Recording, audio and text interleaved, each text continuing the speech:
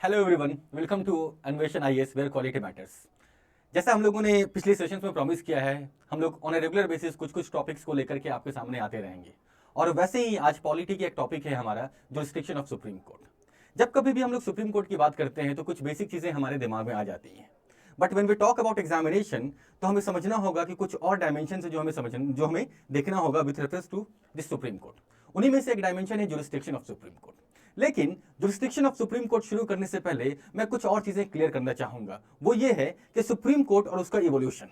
जब कभी भी सुप्रीम कोर्ट की बात करते हैं हम लोग तो हमारे दिमाग में, हमारे जहन में इंडिपेंडेंट स्ट्रक्चर आता है इंडिया का। That is after India became independent. जब इंडिया इंडिपेंडेंट बना तो इंडिया एक रिपब्लिक बना ऑन 26 जनवरी 1950, और उस समय से सुप्रीम कोर्ट का शुरुआत हो गया इंडिया में। But we have to understand certain dimensions associated with this concept also. इस पे मैं आता हूं in a short while. Before that ये समझो कि इंडिया में सुप्रीम कोर्ट की शुरुआत कैसे हुई। और जब कभी भी सुप्रीम कोर्ट की बात आती है तो regulating act 1773 comes into existence. यानी कि सुप्रीम कोर्ट, ये जो शब्द है, इसकी शुरुआत अगर हम लोग देखें इंडिया में तो ये शुरुआत होता है हमारा रेगुलेटिंग एक्ट 1773 से। बट यहां पर भी we have to understand two different dimensions very clearly. सबसे पहली चीज ये कि हमें समझना होगा कि ये जुडिशरी का जो स्ट्रक्चर है ये इंडिया में कैसे आया। क्या ये ब्रिटिशर्स ने लाया? क्या इंडिया में ब्रिटिशर्स से पहले कोई जुडिशरी का स्ट्रक्चर नहीं था? क्या इंडियन कल्चर में जुडिशरी का कोई रोल नहीं था? और इसके लिए हमें देखना होगा अलग अलग तरीके के एंशिएंट टेक्स्ट जो अवेलेबल हैं इंडिया में। इनमें से एक बहुत ही इंपॉर्टेंट टेक्स्ट आता है हमारा बृहस्पति स्मृति, जिसके थ्रू अगर हम लोग देखते हैं तो हम लोग देखते हैं कि इंडिया में एक हायरार्की ऑफ कोर्ट बहुत पहले से चलता आ रहा है। और वहां पर देखते हैं हम लोग कि जैसे अभी हम लोग देखते हैं लोअर कोर्ट्स हैं हमारे, डिस्ट्रिक्ट एंड सेशन कोर्ट्स हैं हमारे, हाई कोर्ट है हमारा और सुप्रीम कोर्ट है हमारा। ऐसे ही कुछ स्ट्रक्चर एंशिएंट टाइम में भी चलता आ रहा था, जिसको कि हम लोग अलग अलग नामों से जाना करते थे। उनमें से एक बेसिक सा नोमेनक्लेचर है जिसे हम लोग देखते हैं कुला, श्रेणी, गना एंड रॉयल कोर्ट के नोमेनक्लेचर से। चलो वापस आते हैं हम लोग रेगुलेटिंग एक्ट 1773। जब ब्रिटिशर्स इंडिया में आए तो इंडिया के स्ट्रक्चर बहुत क्लियर नहीं था। इंडिया के स्ट्रक्चर बहुत क्लियर नहीं होने का मतलब ये होता है कि when we talk about this structure of India in 1773 तो जुडिशियल स्ट्रक्चर की क्लैरिटी नहीं थी। और इसी चीज को लेकर के सुप्रीम कोर्ट की स्थापना हुई थ्रू दिस रेगुलेटिंग एक्ट 1773, और इसी के बेसिस पे 1774 में इंडिया में पहली बार सुप्रीम कोर्ट बना फोर्ट विलियम कलकत्ता में, जिसके के चीफ जस्टिस थे एलिजा इम्पे। बट ये समझना होगा कि ये जो सुप्रीम कोर्ट 1774 में स्थापित हुआ कलकत्ता में फोर्ट विलियम में, वो सुप्रीम कोर्ट और अभी का सुप्रीम कोर्ट दोनों सेम नहीं है। ये इसलिए बोलते हैं हम लोग क्योंकि 1774 में पहले सुप्रीम कोर्ट बना, दूसरा सुप्रीम कोर्ट 1800 में बना मद्रास में, और तीसरा सुप्रीम कोर्ट बना 1823 में बॉम्बे में। तो ये देखते हैं हम लोग कि सुप्रीम कोर्ट नाम तो था, लेकिन ये सुप्रीम कोर्ट अभी वाले सुप्रीम कोर्ट से कंपेयर नहीं कर सकते हम लोग। रीजन बीइंग, अभी जो इंडिया में सुप्रीम कोर्ट का स्ट्रक्चर है वो सिंगल स्ट्रक्चर है। इंडिया में we have independent and integrated judiciary. जब कभी भी बात करें हम लोग इंडिपेंडेंट एंड इंटीग्रेटेड जुडिशरी को लेकर के, then we have to understand a dimension associated with this. That is, India में जुडिशरी का जो स्ट्रक्चर है वो कुछ इस तरीके का है। At the top of this structure, we have the Supreme Court. Below this Supreme Court, we have High Courts. Below this High Courts, the structure of High Courts, we have District and Sessions Court. And below this District and Sessions Court, we have Lower Judiciary, which is known by different nomenclatures in different states. ऐसा कुछ structure है India में judiciary का। Now, if we talk about this structure, तो हमें समझना होगा कि ये जो सुप्रीम कोर्ट है इंडिया में, ये हाईएस्ट कोर्ट ऑफ अपील है इंडिया में। Along with being highest court of appeal, it is also the constitutional court. इसीलिए jurisdiction of supreme court को लेकर के we have to understand different dimensions, और इसी चीज के लिए we have come up with this session जहां पर के हम लोग देख सकते हैं सुप्रीम कोर्ट के अलग अलग jurisdiction, जैसे कि ओरिजिनल jurisdiction। अभी जो ओरिजिनल jurisdiction का कंसेप्ट है सुप्रीम कोर्ट का, इसे भी हमें दो अलग डायमेंशन में समझना होगा। जैसे एक डायमेंशन होता है हमारा ओरिजिनल एंड एक्सक्लूसिव jurisdiction, और दूसरा होता है हमारा ओरिजिनल जुरिस्डिक्शन। चलो एक एक करके समझने की कोशिश करते हैं अलग अलग types of jurisdiction of supreme Court. And when we talk about this dimension तो फिर से हमें वही चीज देखनी होगी, that is this structure of supreme Court of India and its powers. Just try to understand this in a simple manner. देखो कुछ ऐसा स्ट्रक्चर है हमारे यहाँ पे सुप्रीम कोर्ट के पावर का। We have this supreme Court, we have the high courts and we have district and sessions court. Below that we have lower judiciary. कुछ ऐसा स्ट्रक्चर है इंडिया में अगर हम लोग बात करें जुडिशरी को लेकर के। तो जब इस स्ट्रक्चर को देखते हैं हम लोग और इसके साथ में हम लोग समझने की कोशिश करते हैं jurisdiction of supreme Court, just try to understand it through some basic ways. बहुत ही सिंपल सा तरीका है, just see. Now Supreme Court के पास में आप कैसे जा सकते हो?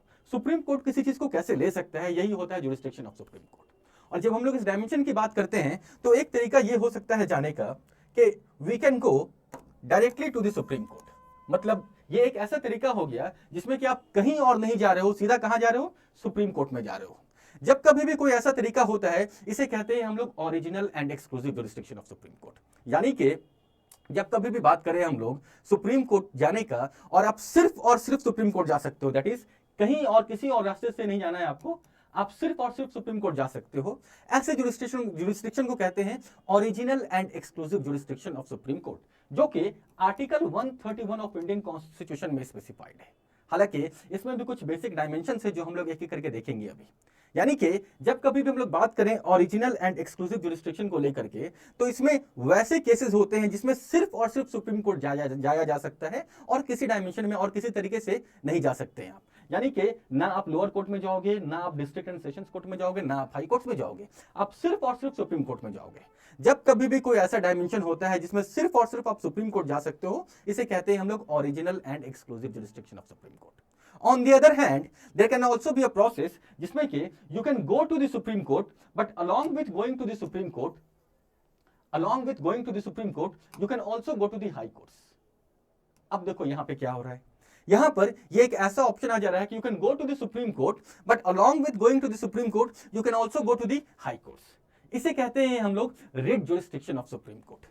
This is writ jurisdiction of supreme Court, जो कि स्पेसिफाइड है आर्टिकल 32 ऑफ इंडियन कॉन्स्टिट्यूशन में। रिट जुरिस्डिक्शन, जब रिट जुरिस्डिक्शन की बात करें, we will have a separate session on writ jurisdiction also. 5 तरीके के रिट्स होते हैं सुप्रीम कोर्ट के पास में under article 32 of Indian constitution. लेकिन यह समझना होगा हमें कि जब कभी भी रिट जुरिस्डिक्शन की बात करें तो in that scenario we can go to the Supreme Court as well as the high courts. अब देखो यहाँ पे क्या हो रहा है, you can go to the Supreme Court as well as the high courts.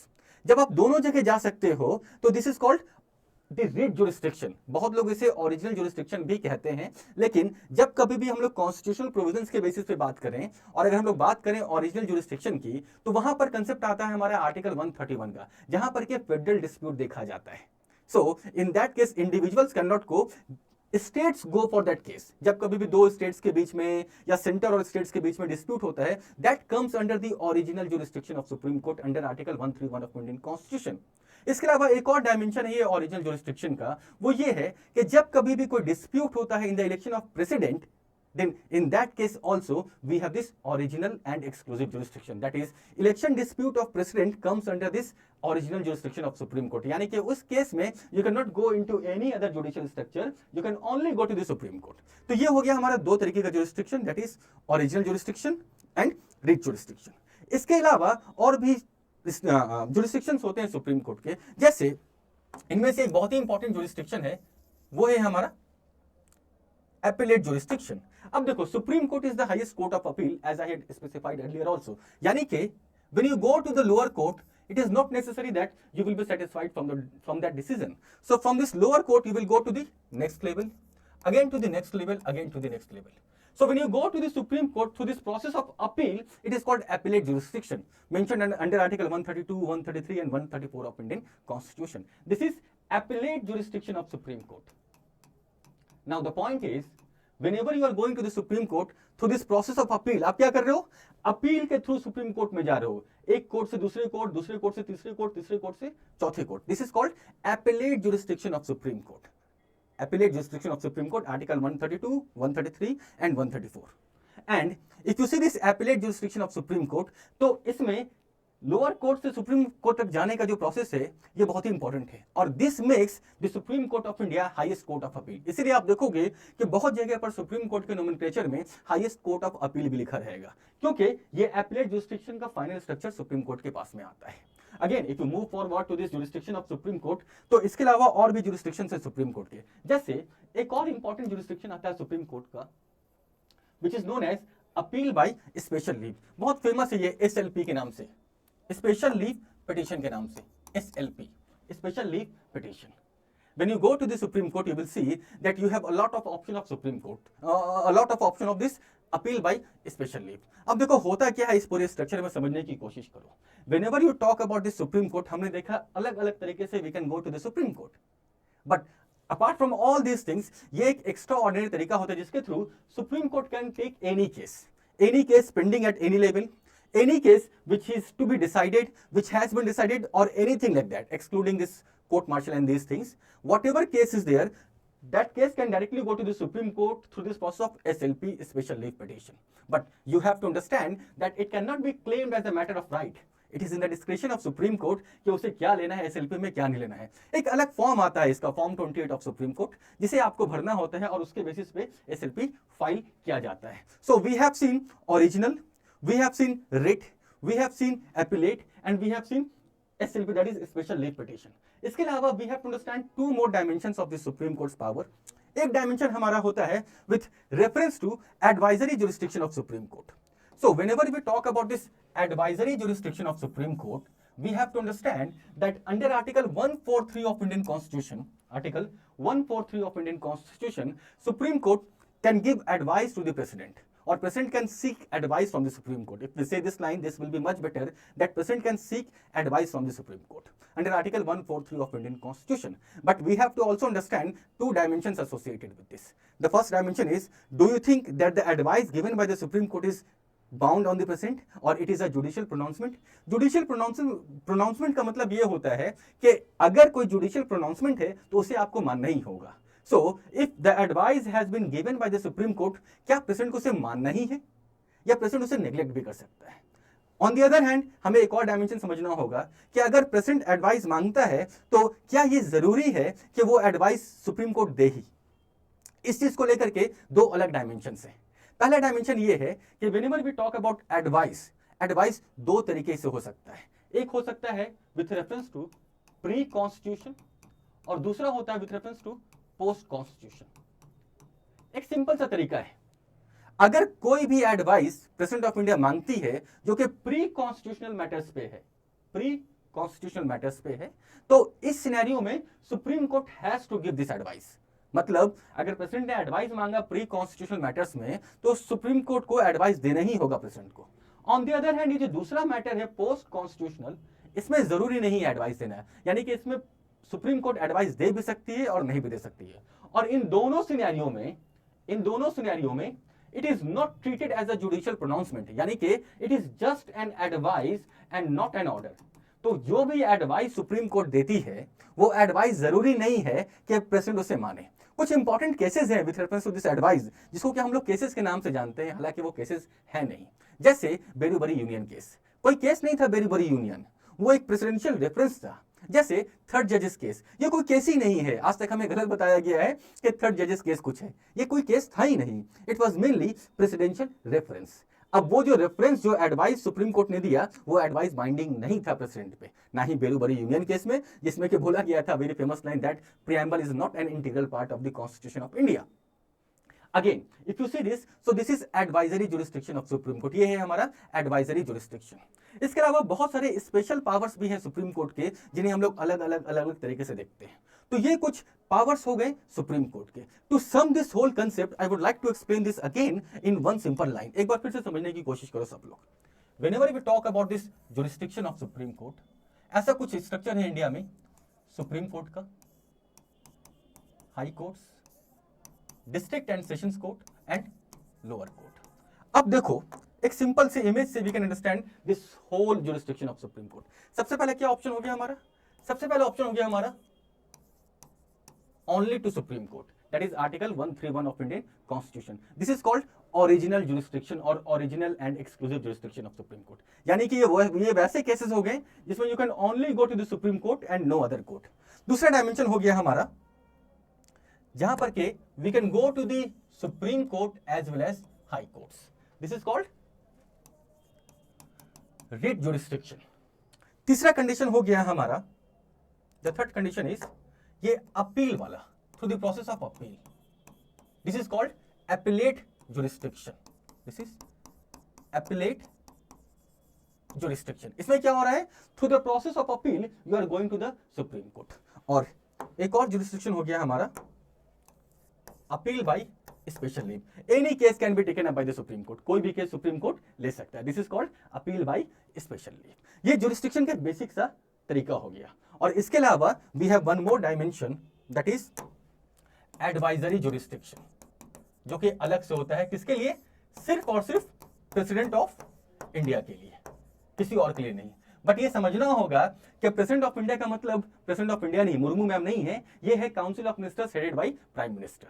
हमेशा ध्यान रखना, whenever we talk about this president, it is mainly the council of ministers headed by prime minister, और यही पावर गवर्नर के पास में नहीं होता है। This is the concept of jurisdiction of Supreme Court. But do you know one more interesting fact associated with the Supreme Court? I would like to sum this concept with reference to three things as usual. The first thing is this jurisdiction of Supreme Court. If you go to this UPSC and the questions of UPSC, आप देखोगे कि हर एक alternate year में एक नया question यहां से पूछा जाता है एग्जामिनेशन में। You can find a lot of questions on this jurisdiction of Supreme Court. First thing. Second thing, whenever you talk about this whole section of judiciary, do you know there is a very unique thing in Supreme Court. जब कभी भी बात करें हम लोग इस पूरे structure को लेकर के, supreme court, high courts, India में इंटीग्रेटेड जुडिशियल स्ट्रक्चर है। इंडिया में जुडिशरी इंडिपेंडेंट भी है और इंटीग्रेटेड भी है। But do you know one thing, the emblem of supreme Court is somewhere like this. ये देखो सुप्रीम कोर्ट का एम्बलम, यहाँ पे लिखा हुआ है यतो धर्मास ततो जया। एंड ऐसे ही कुछ एम्बलम होता है हमारा हाई कोर्ट्स का भी, ऐसे ही कुछ एम्बलम होता है हमारा गवर्नमेंट ऑफ इंडिया का भी, या अलग अलग स्टेट गवर्नमेंट्स का भी। बट द पॉइंट इज, सिर्फ और सिर्फ सुप्रीम कोर्ट के एम्बलम में ये टर्म लिखा हुआ है यतो धर्मास ततो जया। बाकी किसी और को भी देखो आप, you see this high court, Patna high court या किसी भी हाई कोर्ट का उठा के देख लो आप, यहां पर आपको मिलेगा सत्यमेव जयते। यहां पर आपको गवर्नमेंट ऑफ इंडिया या किसी भी स्टेट की गवर्नमेंट को देखोगे आप, तो वहां पर मिलेगा आपको सत्यमेव जयते। सिर्फ और सिर्फ सुप्रीम कोर्ट के एम्बलम में you will find this term यतो धर्मास ततो Jaya. Just let me know, just give me a message और टेक्स्ट दैट ये यतो धर्मास ततो जया कहां से लिया गया, कहां इसे हम लोग खोज सकते हैं, या फिर ये सत्यमेव जयते कहां से लिया गया। यूपीएससी और सिविल सर्विसेज एग्जामिनेशन में on a regular basis you will see this types of questions in examination. Again if you talk about this whole concept, इस प्लेटफॉर्म पे, अन्वेषण के प्लेटफॉर्म पे ऑन अ रेगुलर बेसिस हम लोग ऐसे updates देते रहेंगे, जिसमें कि स्टैटिक सेक्शन भी होगा और करंट सेक्शन भी होगा। अभी ये जो सीरीज हमारी चल रही है पॉलिटी की, ये स्टैटिक सेशन से है, और ऐसे ही कुछ हम लोग करंट के सेशंस के भी पॉलिटी की कंसेप्ट लेकर के आएंगे। If there is any doubt with reference to whatever we have covered till now, just drop a message on this very group. Till then all of you take care, thank you, bye bye.